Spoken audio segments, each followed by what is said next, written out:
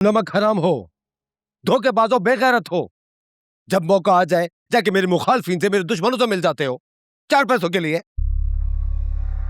इस घर की बातें बता रहे हो, मेरी प्राइवेट बातें बता रहे हो। इतना भी एहसास नहीं है कि किसके एहसानों तले तुम दबे हुए हो। इसलिए मैं पाल रहा हूं तुमको, तुम्हारे पूरे खानदान को। साईं माफ कर दे, गलती हो गई। बीबी साईं का हुक्म था। इस घर में किसका हुक्म चलता है?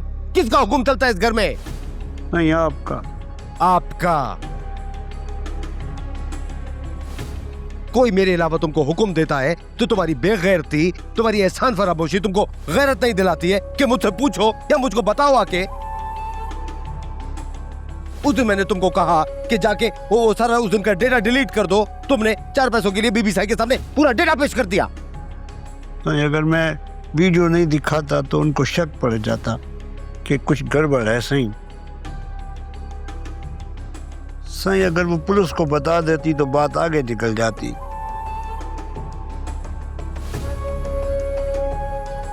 साईं वो मुकम्मल रिकॉर्डिंग नहीं थी। मैंने ऑपरेटर से कह के उसके बीच कैसा निकलवा दिया था। अब उन्हें इस वीडियो से कुछ नहीं मिलेगा। साईं कोशिश के बावजूद वो कुछ नहीं जान सकते।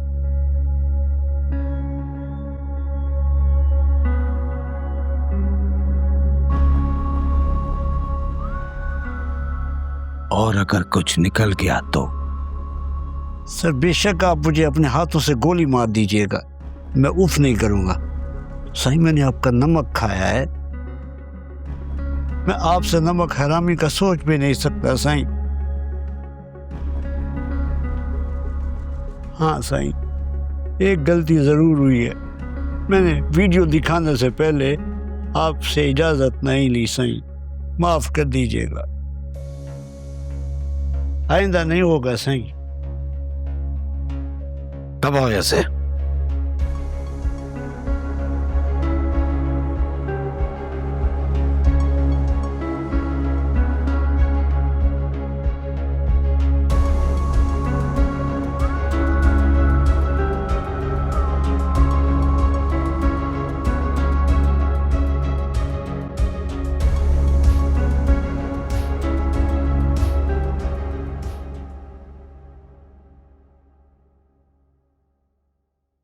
मेहंदी नहीं लगाई अभी तक?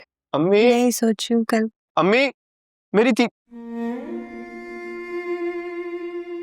अम्मी मेरी शर्ट के तीनों बटन टूटे हुए हैं। सारजा से कहा करें प्रेस करते वक्त देख लिया करे प्लीज। और तुम भी तो देखो कि मेरे पास कौन बैठा हुआ है। अस्सलाम वालेकुम। वालेकुम सलाम। फुर्सत मिल गई आपको? अम्मी शायद आपके पास टाइम नहीं है, मैं कुछ और पहन लेता। आहद जी ये क्या तरीका है? तुम्हें नजर आ रहा है ना कि दुआ आई हुई है, यहाँ बैठी हुई है, तो तुम कहाँ जा रहे हो? यहाँ बैठो। रेडी अम्मी?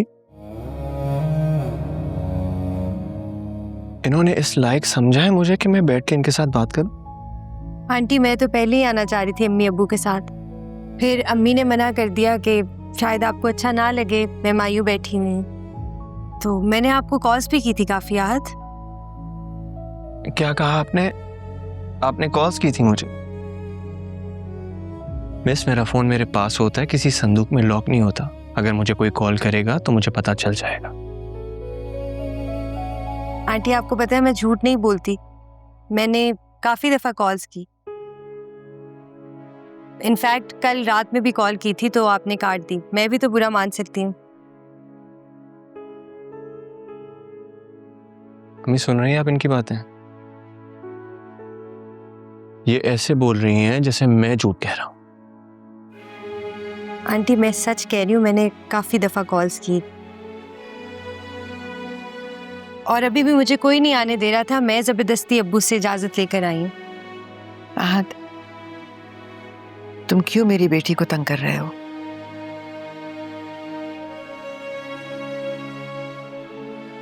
जितने तुम कल मसरूफ थे, इट्स क्वाइट पॉसिबल कि कॉल मिस हो गई हो। और वैसे भी मैं तो उससे नाराज नहीं हूं। नुदरत और तौकीर भाई आए थे ना खबर लेने। That's enough. अम्मी आप ही बिल्कुल अजीब सास है, आपको ना सास बनना नहीं आता। अजीब सोच है आंटी। बल्कि मैंने कल रात जब कॉल की तो एक दफा फरियाल ने भी पिक की और मुझे खासी बातें सुनाई कि मैंने रात के उस पहर कॉल करके आप लोगों को क्यों डिस्टर्ब किया। फरियाल ने? जी, फरियाल ने। वो आपके साथ थी ना आपके बुरे वक्त में, तो फिर मेरी क्या जरूरत थी।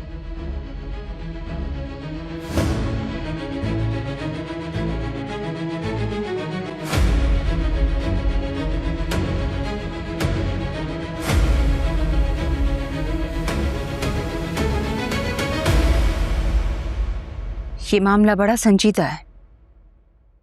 अता दानिश, आप पुलिस में हैं, आप अच्छी तरह से जानते हैं अगर इस मसले को मैं आपके महकमे में लेकर जाऊंगी तो बाबा साईं की और इस हवेली की बड़ी बदनामी हो जाएगी। मेरी खास मुलाजमा का इस तरह से गुम हो जाना कोई मामूली बात नहीं है।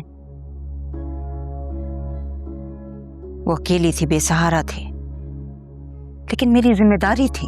अदीब, मैं तुम्हारी परेशानी समझता हूँ। मुझे बताओ तुम क्या चाहती हो, मतलब मैं किस तरह तुम्हारी मदद करूं। पुलिस को भी तुम इन्वॉल्व नहीं करना चाहती हो तो मुझे बताओ मैं क्या करूंगा। मैं चाहती हूँ कि आप हवेली आएं और बाबा साईं से खुद आकर मिलें। इस मामले की सारी डिटेल मैं आपको खुद बताना चाहूंगी और जो भी मेरी इनसिक्योरिटीज हैं। आदि वो तो कोई मसला नहीं है, इस वीक तो नहीं, मैं इंशाल्लाह टाइम निकाल कर नेक्स्ट वीक आता हूँ, फिर देखते हैं क्या हो सकता है। आपका बड़ा शुक्रिया, आपने तो मेरे सर से बहुत बड़ा बोझ उतार दिया है। जानते हैं आप कितना परेशान थी मैं। कि मामला इतना नाजुक है कि किसी से डिस्कस भी नहीं कर सकती। मुलाजमों के दरमियान तभी तभी सरगोशियां मुझे बड़ा परेशान कर रही थी। अदी तुम फिक्र ना करो, मैं तुम्हारी परेशानी समझ सकता हूँ। मैं पहली फुर्सत में टाइम निकाल के आता हूँ। अच्छा सुने, आजर साईं से मिलें तो उनसे जिक्र मत कीजिएगा कि मैंने आपको बुलाया है, वो भी किसी काम के लिए। अच्छा अदी, क्या आजर का इस मामले से कोई ताल्लुक है? नहीं, ऐसी कोई बात नहीं है। वो आजर साईं जरा मुख्तलिफ माइंडसेट के हैं। ये इशू किसी करवट बैठे तो मैं खुद जिक्र करूंगी उनसे। ठीक है मेरी बहन, जैसा तुम चाहोगी वैसा होगा। फूफा साईं को मेरी तरफ से पूछना, मैं आऊंगा तो बात होगी। और अपना बहुत ख्याल रखना। बहुत शुक्रिया था। अल्लाह हाफिज। खुदा हाफिज मेरी बहन, खुदा हाफिज।